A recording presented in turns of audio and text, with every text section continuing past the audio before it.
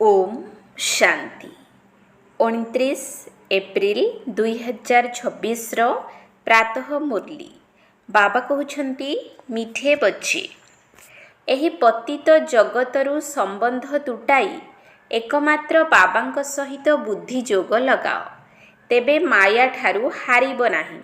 एही पतित जगतरु संबंध तुटाई एकमात्र बाबांक सहित बुद्धि जोग लगाओ तेबे माया ठारू हारिब नाही। प्रश्न समर्थ बाबा साथीरे थिले मध्य यज्ञरे अनेक विघ्न काहींकी पड़ुछि एहार कारण कौन?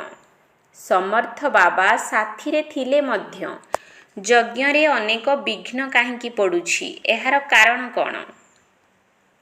उत्तर एही विघ्न तो ड्रामा अनुसार निश्चय पड़िबो काहींकि ना जेतेबेले यज्ञरे असुर मानकर विघ्न पड़िबो सेतेबेले ही पापर घड़ी भरिबो। एथिरे बाबा किछि करि परिबे नाही। एहा तो ड्रामारे निर्धार्य रहिछि। तेणु विघ्न तो निश्चित पड़िबो किंतु विघ्नरे तुम मानकु विचलित हेबार नाही। गीत कौन है माता कौन पिता है। ओम शांति। पिला माने अविनाशी पितांकर निर्देश शुणिले तुमर एही जेउ संबंध देह सहित रहिछि प्रथमे मातांक सह पुणी पितांक सहित संपर्क होइथाए पुणी भाई बंधु आदिंकर होइथाए। तेणु अविनाशी बाबा कहउछंती जे एही जगतरे तुमर जेउ पिता माता अछंती तांकठारु बुद्धिर जोग तुटाई दियो। पुरुणा दुनिया सहित संपर्क रख नाही काहेकि ना एसबु हेउछि कलिजुगर छी संपर्क। जगत अर्थात दुनिया एही पतित दुनियारू बुद्धिजुग तुटाई एक मो सहित ओ नुआ दुनिया सहित जोड़ काहेकि ना एबे तुमको मो पाखकु आसीबाकु हेबो। एहा केवल संपर्क जोड़िबार कथा अटे आउ कोनोसी कथा नाही एवं आउ कोनोसी कष्ट नाही। संपर्क सही माने जोड़िबे जहांकु निर्देश मिलुछि। सत्य जुगरे प्रथमे संपर्क भल थाए। सतो प्रधान आत्मा पुणी धीरे धीरे तमो प्रधान होइथांती तापरे जो सुखर संपर्क थिला ताहा धीरे धीरे कम होई जाई थाए। एबे तो बिल्कुल ही एही पुरुणा दुनियारू संपर्क काटिबाकु हेबो। बाबा कहउछंती मो सहित बुद्धिर संपर्क जोड़ श्रीमत पालन कर एवं जहा किछि भी देहर संबंध रहिछि ताकु सब त्याग कर। विनाश तो निश्चय हेबो। पिला माने जानिछंती जहांकु परमपिता परमात्मा कहा जाउछि से मध्य ड्रामा अनुसार सेवा करुछंती। से मध्य ड्रामार बंधन रे बंधा होइछंती। मनुष्य तो भाबुछंती भगवान सर्वशक्तिमान अटंती जहा चाहिबे करि परिबे। जेपरि श्रीकृष्ण को मध्य सर्वशक्तिमान बोली मानुछंती तांको स्वदर्शन चक्र देई देइछंती भाबुछंती चक्र द्वारा गला काटी थांती किंतु एकथा बुझु नाहंती जे देवता माने हिंसार काम किपरि करिबे। सेमाने तो हिंसा कार्य करि परिबे नाही। देवता मानक पाई तो कुहा जाउछि अहिंसा परम धर्म थिला। तांको पाखरे हिंसा केउंठारु आसिला। जाहाकु जहा आसिला से बसी लेखि देइछंती। धर्मर क्लेते ग्लानि करिछंती। बाबा कहउछंती एही सबु शास्त्र रे सत्य तो बिल्कुल अट्टारे लूण सदृश रहिछि। एकथा मध्य लेखा जाइछि जे रुद्र ज्ञान यज्ञ रचना करिथिले। सेथिरे असुर विघ्न पकाउथिले अबला मानक उपरे अत्याचार हेउथिला। एकथा तो ठीक लेखा जाइछि। एबे तुमी जानुछ शास्त्र रे सत्य कोन मिथ्या कोन। स्वयं भगवान कहउछंती एही रुद्र ज्ञान यज्ञ रे विघ्न निश्चय पड़िबो। ड्रामा रे निर्धार्य रहिछि। एपरि नुहि जे परमात्मा साथी रे अछंती तेणु विघ्न को हटाई देबे। एथिरे बाबा कोन करि परिबे। ड्रामा रे एसबु हेबार ही अछि। एमाने समस्ते विघ्न पकाइले तो पापर घड़ी भरिब ना। बाबा बुझाउछंती ड्रामा रे जहा निर्धार्य रहिछि ताहा ही हेबो। असुरंक द्वारा विघ्न निश्चय पड़िबो काहेकि ना हमर राजधानी स्थापन हेउछि। अधाकल्प मायार राज्य रे मनुष्य केते तमो प्रधान बुद्धि भ्रष्टाचारी होई जाइछंती। पुणी तांको श्रेष्ठाचारी कराइबा बाबांकर काम अटे ना। भ्रष्टाचारी हेबारे अधाकल्प लागुछि पुणी गोटिए सेकेंड रे बाबा श्रेष्ठाचारी कराउछंती। निश्चय हेबारे समयर आवश्यकता नाही। एहीपरि बहुत भल भल संतान माने अछंती ଯାହାଙ୍କର ନିଶ୍ଚୟ ହେଉଛି ତୁରନ୍ତ ପ୍ରତିଜ୍ଞା କରୁଛନ୍ତି। କିନ୍ତୁ ମାୟା ମଧ୍ୟ ପହିଲମାନ ଅଟେ ନା। ମନରେ କିଛି ନା କିଛି ତୋଫାନ ସୃଷ୍ଟି କରୁଛି। ମନରେ ଆସିଲେ ମଧ୍ୟ ପୁରୁଷାର୍ଥ କରି ତାକୁ କର୍ମରେ ଆଣ ନାହିଁ। ସମସ୍ତେ ପୁରୁଷାର୍ଥ କରୁଛନ୍ତି, କର୍ମାତୀତ ଅବସ୍ଥା ତ କାହାର ହୋଇନାହିଁ। କିଛି ନା କିଛି କର୍ମେନ୍ଦ୍ରିୟ ଦ୍ୱାରା ଭୁଲ ହୋଇଯାଉଛି। କର୍ମାତୀତ ଅବସ୍ଥାରେ ପହଞ୍ଚିବା ପାଇଁ ମଝିରେ ବିଘ୍ନ ନିଶ୍ଚୟ ପଡ଼ିବ। ବାବା ବୁଝାଉଛନ୍ତି, ପୁରୁଷାର୍ଥ କରି କରି ଶେଷରେ ଯାଇ କର୍ମାତୀତ ଅବସ୍ଥା ହେବ। ପୁଣି ତ ଏହି ଶରୀରରେ ରହିପାରିବ ନାହିଁ। ସେଥିପାଇଁ ସମୟ ଲାଗୁଛି, କିଛି ନା କିଛି ବିଘ୍ନ ପଡ଼ୁଛି, କେଉଁଠି ମାୟା ହରାଇ ବି ଦେଉଛି। ଏହା ବକ୍ସିଙ୍ଗ ଅଟେ ନା। ଚାହୁଁଛନ୍ତି ବାବାଙ୍କ ସ୍ମୃତିରେ ରହିବୁ, କିନ୍ତୁ ରହିପାରୁନାହାନ୍ତି। ଯାହା କିଛି ସମୟ ରହିଛି, ଧୀରେ ଧୀରେ ସେହି ଅବସ୍ଥାକୁ ଧାରଣ କରିବାକୁ ହେବ। ଜନ୍ମରୁ ତ କେହି ରାଜା ହୋଇନଥାନ୍ତି। ଛୋଟ ପିଲା ଧୀରେ ଧୀରେ ବଡ଼ ହେବ ନା। ଏଥିରେ ମଧ୍ୟ ସମୟ ଲାଗିଥାଏ। ଏବେ ତ ବାକି ଅଳ୍ପ ସମୟ ରହିଛି। ସମସ୍ତ ଆଧାର ପୁରୁଷାର୍ଥ ଉପରେ ରହିଛି। ଧ୍ୟାନ ଦେବାକୁ ହେବ। ଆମେ ଯେପରି ବି ହେଉ ବାବାଙ୍କ ଠାରୁ ନିଶ୍ଚୟ ସମ୍ପତ୍ତି ନେବୁ। ମାୟାର ସମ୍ମୁଖୀନ ହେବା ପାଇଁ ପ୍ରତିଜ୍ଞା କରୁଛନ୍ତି। ମାୟା ମଧ୍ୟ କମ୍ ନୁହେଁ। ସାଧାରଣ ରୂପରେ ମଧ୍ୟ ଆସୁଛି, ବିକଟାଳ ରୂପରେ ମଧ୍ୟ ଆସୁଛି। ଏହି କଥା କୌଣସି ଶାସ୍ତ୍ରରେ ନାହିଁ। ବାବା କହୁଛନ୍ତି ଯେ ତୁମମାନଙ୍କୁ ଏବେ ବୁଝାଉଛି, ବାବାଙ୍କ ଦ୍ୱାରା ତୁମେ ସଦ୍ଗତିକୁ ପାଇଯାଉଛ। ପୁଣି ଏହି ଜ୍ଞାନର ଆଉ ଆବଶ୍ୟକତା ରହିବ ନାହିଁ। ଜ୍ଞାନ ଦ୍ୱାରା ସଦ୍ଗତି ହୋଇଯାଉଛି। ସତ୍ୟଯୁଗକୁ ସଦ୍ଗତି କୁହାଯାଉଛି। ସନ୍ତାନମାନଙ୍କୁ ଲକ୍ଷ୍ୟ ଦିଆଯାଇଛି। ଏକଥା ମଧ୍ୟ ବୁଝିଛ ଯେ ଡ୍ରାମା ଅନୁସାରେ ଗଛ ଚଢ଼ିବାରେ ସମୟ ତ ଲାଗିବ। ବହୁତ ବିଘ୍ନ ତ ପଡ଼ୁଛି, ବଦଳିବାକୁ ପଡ଼ୁଛି। କଉଡ଼ିରୁ ହୀରାତୁଲ୍ୟ ହେବାକୁ ପଡ଼ୁଛି। ରାତି ଦିନର ଫରକ ରହିଛି। ବର୍ତ୍ତମାନ ପର୍ଯ୍ୟନ୍ତ ମଧ୍ୟ ଦେବତାମାନଙ୍କର ମନ୍ଦିର ତିଆରି କରିଚାଲିଛନ୍ତି। ତୁମେ ବ୍ରାହ୍ମଣମାନେ ଏବେ ମନ୍ଦିର ତିଆରି କରିବ ନାହିଁ, କାହିଁକି ନା ତାହା ହେଉଛି ଭକ୍ତି ମାର୍ଗ। ଦୁନିଆର ଲୋକମାନଙ୍କୁ ଏକଥା ଜଣା ନାହିଁ ଯେ ଏବେ ଭକ୍ତି ମାର୍ଗ ଶେଷ ହୋଇ ଜ୍ଞାନ ମାର୍ଗ ଜିନ୍ଦାବାଦ ହେବ। ଏକଥା କେବଳ ତୁମେ ସନ୍ତାନମାନେ ହିଁ ଜାଣିଛ। ମନୁଷ୍ୟ ତ କଳିଯୁଗକୁ ଏବେ ଛୋଟ ପିଲା ବୋଲି ଭାବୁଛନ୍ତି। ତାଙ୍କର ସମସ୍ତ ଆଧାର ଶାସ୍ତ୍ର ଉପରେ ରହିଛି। ତୁମମାନଙ୍କୁ ତ ବାବା ବସି ସବୁ ବେଦ ଶାସ୍ତ୍ରର ରହସ୍ୟ ବୁଝାଉଛନ୍ତି। ବାବା କହୁଛନ୍ତି, ବର୍ତ୍ତମାନ ପର୍ଯ୍ୟନ୍ତ ତୁମେ ଯାହା କିଛି ପଢ଼ିଛ ସେସବୁକୁ ଭୁଲିଯାଅ। ଏହାଦ୍ୱାରା କାହାର ସଦ୍ଗତି ହେବ ନାହିଁ। ଏହାଦ୍ୱାରା କେବଳ ଅଳ୍ପକାଳର ସୁଖ ମିଳି ଆସିଛି। ସର୍ବଦା ସୁଖ ହିଁ ସୁଖ ମିଳିବ, ଏପରି ତ ହୋଇପାରିବ ନାହିଁ। ଏହା ହେଉଛି କ୍ଷଣଭଙ୍ଗୁର ସୁଖ। ମନୁଷ୍ୟ ବହୁତ ଦୁଃଖରେ ରହିଛନ୍ତି। ମନୁଷ୍ୟ ଏକଥା ଜାଣିନାହାନ୍ତି ଯେ ସତ୍ୟଯୁଗରେ ଦୁଃଖର ଚିହ୍ନ ବର୍ଣ୍ଣ ରହିବ ନାହିଁ। ସେମାନେ ସତ୍ୟଯୁଗ ପାଇଁ ମଧ୍ୟ ଏହିପରି କଥା କହିଦେଇଛନ୍ତି।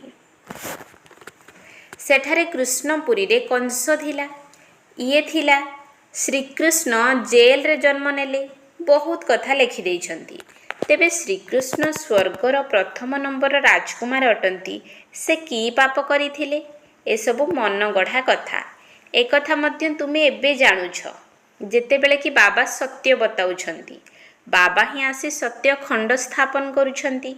ସତ୍ୟ ଖଣ୍ଡରେ କେତେ ସୁଖ ଥିଲା, ମିଥ୍ୟା ଖଣ୍ଡରେ କେତେ ଦୁଃଖ ରହିଛି, ଏସବୁ ଭୁଲି ଯାଇଛନ୍ତି। ତୁମେ ଜାଣିଛ ଯେ ଆମେ ଶ୍ରୀମତ ଦ୍ୱାରା ସତ୍ୟଖଣ୍ଡ ସ୍ଥାପନ କରି ତାର ମାଲିକ ହେବୁ। ବାବା ବୁଝାଉଛନ୍ତି, ଏହିପରି ଶ୍ରୀମତରେ ଚାଲିବା ଦ୍ୱାରା ତୁମେ ଉଚ୍ଚ ପଦ ପାଇପାରିବ। ପିଲାମାନେ ଜାଣିଛନ୍ତି ଯେ ଏହି ପାଠ ପଢ଼ି ଆମକୁ ସୂର୍ଯ୍ୟବଂଶୀ ମହାରାଜା ମହାରାଣୀ ହେବାକୁ ପଡ଼ିବ। ସମସ୍ତଙ୍କର ଇଚ୍ଛା ମଧ୍ୟ ଉଚ୍ଚ ପଦ ପାଇବା ପାଇଁ ରହିଛି। ସମସ୍ତଙ୍କର ପୁରୁଷାର୍ଥ ଜାରି ରହିଛି। ନିଷ୍ଠାବାନ ଭକ୍ତମାନେ ଚିତ୍ର ସାଥିରେ ରଖିଥାନ୍ତି, ଯେପରି ଘଡ଼ି ଘଡ଼ି ତାଙ୍କର ସ୍ମୃତି ରହିପାରିବ। ବାବା ମଧ୍ୟ କହୁଛନ୍ତି, ତ୍ରିମୂର୍ତ୍ତି ଚିତ୍ର ସାଥିରେ ରଖ, ତେବେ ଘଡ଼ି ଘଡ଼ି ସ୍ମୃତି ରହିବ। ବାବାଙ୍କୁ ମନେ ପକାଇବା ଦ୍ୱାରା ଆମେ ଏହି ସୂର୍ଯ୍ୟବଂଶୀ କୂଳରେ ଆସିଯିବୁ। ଘରେ ତ୍ରିମୂର୍ତ୍ତି ଚିତ୍ର ଲାଗିଥିଲେ ଘଡ଼ି ଘଡ଼ି ଦୃଷ୍ଟି ପଡ଼ିବ। ବାବାଙ୍କ ଦ୍ୱାରା ଆମେ ଏହି ସୂର୍ଯ୍ୟବଂଶୀ କୂଳକୁ ଯିବୁ। ସକାଳୁ ଉଠିଲା ମାତ୍ରେ ହିଁ ଦୃଷ୍ଟି ତା ଉପରେ ପଡ଼ିବ। ଏହା ମଧ୍ୟ ଏକ ପୁରୁଷାର୍ଥ ଅଟେ। ବାବା ରାୟ ଦେଉଛନ୍ତି, ଯେଉଁମାନେ ଭଲ ଭକ୍ତ ସେମାନେ ବହୁତ ପୁରୁଷାର୍ଥ କରୁଛନ୍ତି। ଆଖି ଖୋଲିବା ସଙ୍ଗେ ସଙ୍ଗେ ହିଁ ଶ୍ରୀକୃଷ୍ଣ ମନେ ପଡ଼ନ୍ତୁ। ସେଥିପାଇଁ ଚିତ୍ର ସମ୍ମୁଖରେ ରଖିଥାନ୍ତି। ତୁମ ପାଇଁ ତ ଆହୁରି ସହଜ। ଯଦି ସହଜରେ ମନେ ପଡ଼ୁନାହିଁ, ମାୟା ହଇରାଣ କରୁଛି, ତେବେ ମନେ ପକାଇବା ପାଇଁ ଏହି ଚିତ୍ର ସାହାଯ୍ୟ କରିବ।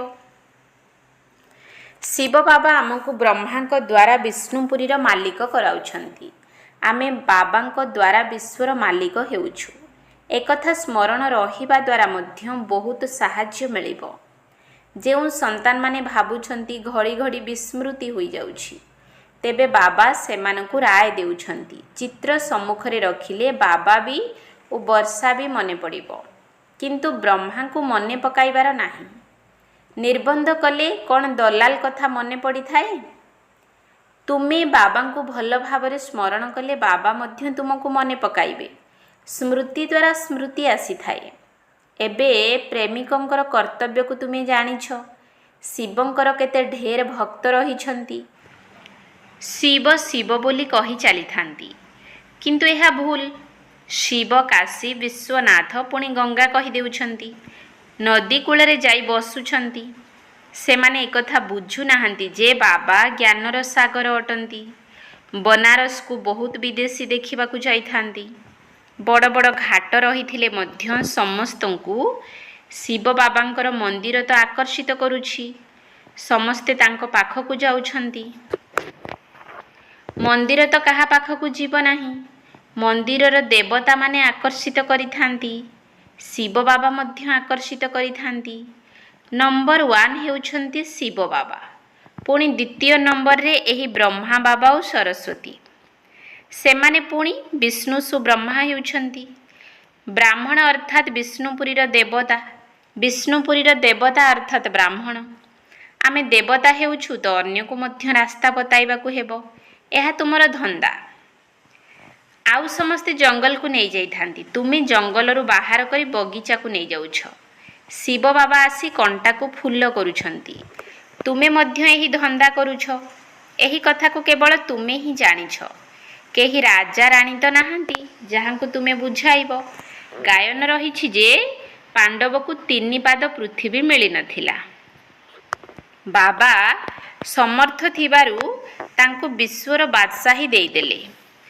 ଏବେ ମଧ୍ୟ ସେହି ଅଭିନୟ ଚାଲିବ ନା। ବାବା ଗୁପ୍ତ ଅଟନ୍ତି। ଶ୍ରୀକୃଷ୍ଣଙ୍କ ଉପରେ ତ କୌଣସି ବିଘ୍ନ ପଡ଼ିପାରିବ ନାହିଁ। ଏବେ ବାବା ଆସିଛନ୍ତି। ବାବାଙ୍କ ପାଖରୁ ଆସି ବର୍ଷା ନେବାକୁ ହେବ। ଏଥିପାଇଁ ମେହନତ କରିବାକୁ ପଡ଼ିବ। ଦିନକୁ ଦିନ ନୂଆ ନୂଆ ପଏଣ୍ଟମାନ ବାହାରୁଛି।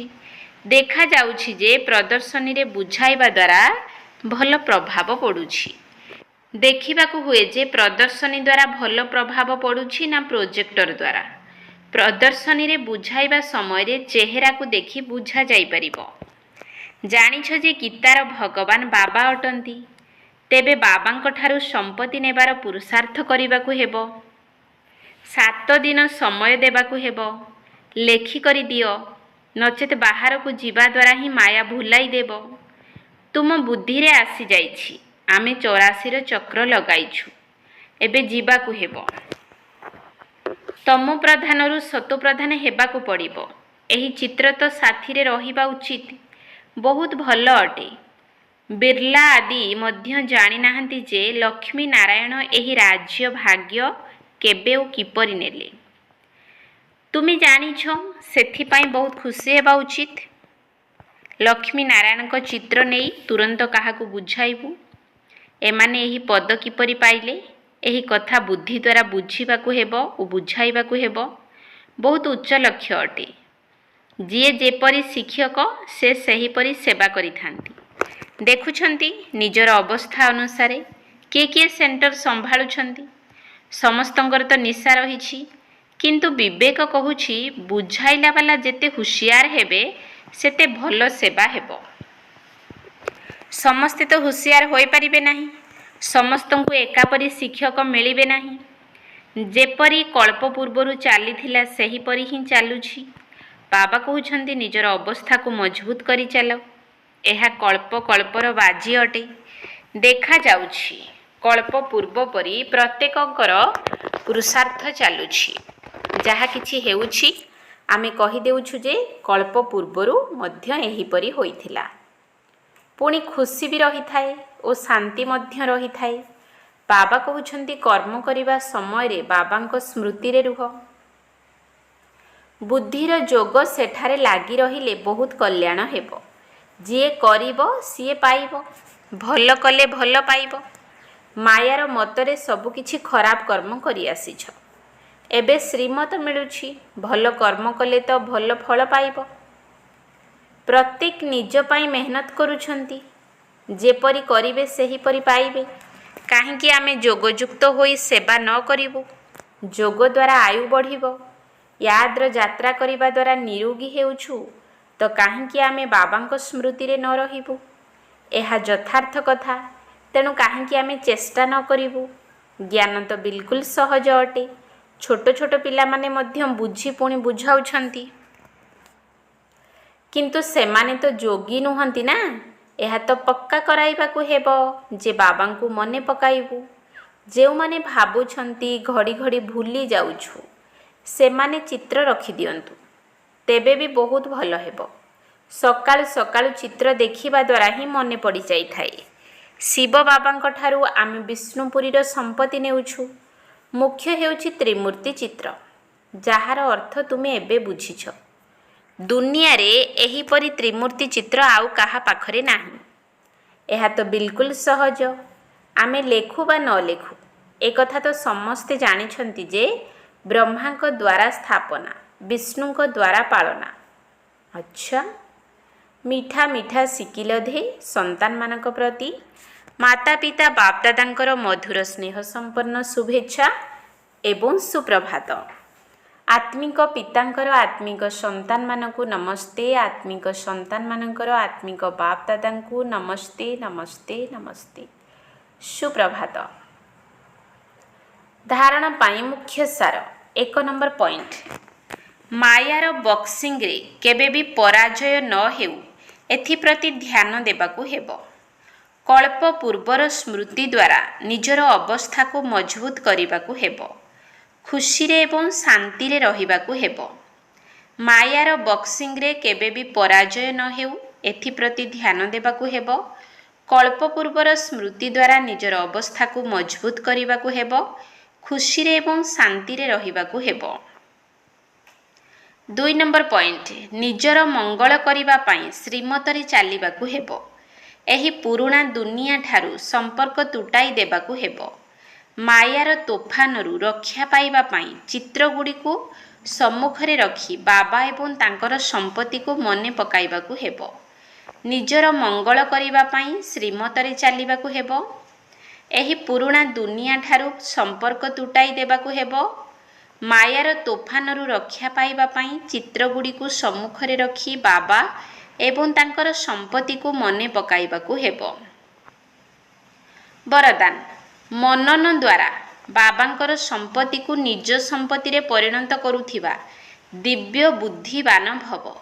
ମନନ ଦ୍ୱାରା ବାବାଙ୍କର ସମ୍ପତ୍ତିକୁ ନିଜ ସମ୍ପତ୍ତିରେ ପରିଣତ କରୁଥିବା ଦିବ୍ୟ ବୁଦ୍ଧିବାନ ଭବ। ବାବାଙ୍କ ଦ୍ୱାରା ଯେଉଁ ସବୁ ସମ୍ପତ୍ତି ଗୁଡ଼ିକ ମିଳୁଛି, ତାକୁ ଯଦି ମନନ ଚିନ୍ତନ କରିବ, ତେବେ ସେଗୁଡ଼ିକ ତୁମ ଭିତରେ ସମାହିତ ହୋଇଯିବ, ଅର୍ଥାତ୍ ବୁଦ୍ଧି ଦ୍ୱାରା ଧାରଣା ହୋଇଯିବ। ତେବେ ସମ୍ପତ୍ତି ତ ସମସ୍ତଙ୍କୁ ଏକା ଭଳି ହିଁ ମିଳିଛି, କିନ୍ତୁ ଯେଉଁମାନେ ତାକୁ ମନନ ଚିନ୍ତନ କରି ନିଜର ସମ୍ପତ୍ତି କରିଦେଉଛନ୍ତି, ସେମାନଙ୍କ ଭିତରେ ତାର ଖୁସି ଏବଂ ନିଶା ରହୁଛି। ସେଥିପାଇଁ କୁହାଯାଏ, ଭାଙ୍ଗକୁ ନିଜେ ବାଟି ପିଇଲେ ଭଲ ନିଶା ଚଢ଼ିଥାଏ। ଅର୍ଥାତ୍ ଯେଉଁମାନେ ସର୍ବଦା ମନନ ଚିନ୍ତନ କରିବାର ମସ୍ତିରେ ରହିଥାନ୍ତି, ସେମାନଙ୍କୁ ଦୁନିଆର କୌଣସି ବି ବସ୍ତୁ ବା କୌଣସି ଅଡ଼ୁଆ ପରିସ୍ଥିତି ଆକର୍ଷିତ କରିପାରିବ ନାହିଁ। ସେମାନଙ୍କୁ ଦିବ୍ୟ ବୁଦ୍ଧିର ବରଦାନ ସ୍ୱତଃ ହିଁ ମିଳିଯାଇଥାଏ। ସ୍ଲୋଗାନ, ମନର ଦ୍ୱନ୍ଦ୍ୱକୁ ସମାପ୍ତ କରିବା ପାଇଁ ନିର୍ଣ୍ଣୟ ଶକ୍ତିକୁ ବଢ଼ାଅ। ମନର ଦ୍ୱନ୍ଦ୍ୱକୁ ସମାପ୍ତ କରିବା ପାଇଁ ନିର୍ଣ୍ଣୟ ଶକ୍ତିକୁ ବଢ଼ାଅ। ଅବ୍ୟକ୍ତ ଇସାରା, ମହାନ ହେବା ପାଇଁ ମଧୁରତା ଏବଂ ନମ୍ରତାର ଗୁଣକୁ ଧାରଣ କର। ଏମିତି ଭାବ ନାହିଁ ଯେ ମୁଁ ହିଁ ତ ସବୁବେଳେ ମୁଣ୍ଡ ନୁଆଉଛି, କିନ୍ତୁ ମୋତେ କେହି ବି ସମ୍ମାନ ଦେଉନାହାନ୍ତି। ଯେଉଁମାନେ କେବେ ବି ମୁଣ୍ଡ ନୁଆଉ ନାହାନ୍ତି ବା ମିଛ କଥା କହୁଛନ୍ତି, ସେହିମାନଙ୍କୁ ହିଁ ସମ୍ମାନ ମିଳୁଛି। ନା, ଏହା ଅଳ୍ପକାଳ ପାଇଁ ଅଟେ। କିନ୍ତୁ ତୁମେ ଦୂରଦର୍ଶୀ ବୁଦ୍ଧିକୁ ଧାରଣ କର। ଏଠାରେ ଯେତେ ଜଣଙ୍କ ନିକଟରେ ମୁଣ୍ଡ ନୁଆଁଇବ ଅର୍ଥାତ୍ ନମ୍ରତାର ଗୁଣକୁ ଧାରଣ କରିବ, ସେହି ଅନୁସାରେ ସାରା କଳ୍ପ ସର୍ବ ଆତ୍ମାମାନେ ତୁମ ଆଗରେ ମୁଣ୍ଡ ନୁଆଁଇବେ ଅର୍ଥାତ୍ ନମସ୍କାର କରିବେ। ସତ୍ୟ ତ୍ରେତା ଯୁଗରେ ରାଜା ରୂପରେ ସମ୍ମାନ ଦେବା ପାଇଁ ମୁଣ୍ଡ ନୁଆଁଇବେ ନାହିଁ, କିନ୍ତୁ ମନ ଭିତରେ ନତମସ୍ତକ ହେବେ ଏବଂ ଦ୍ୱାପର କଳି ଯୁଗରେ ମୁଣ୍ଡ ନୁଆଁଇ ନମସ୍କାର କରିବେ। ଓମ୍ ଶାନ୍ତି।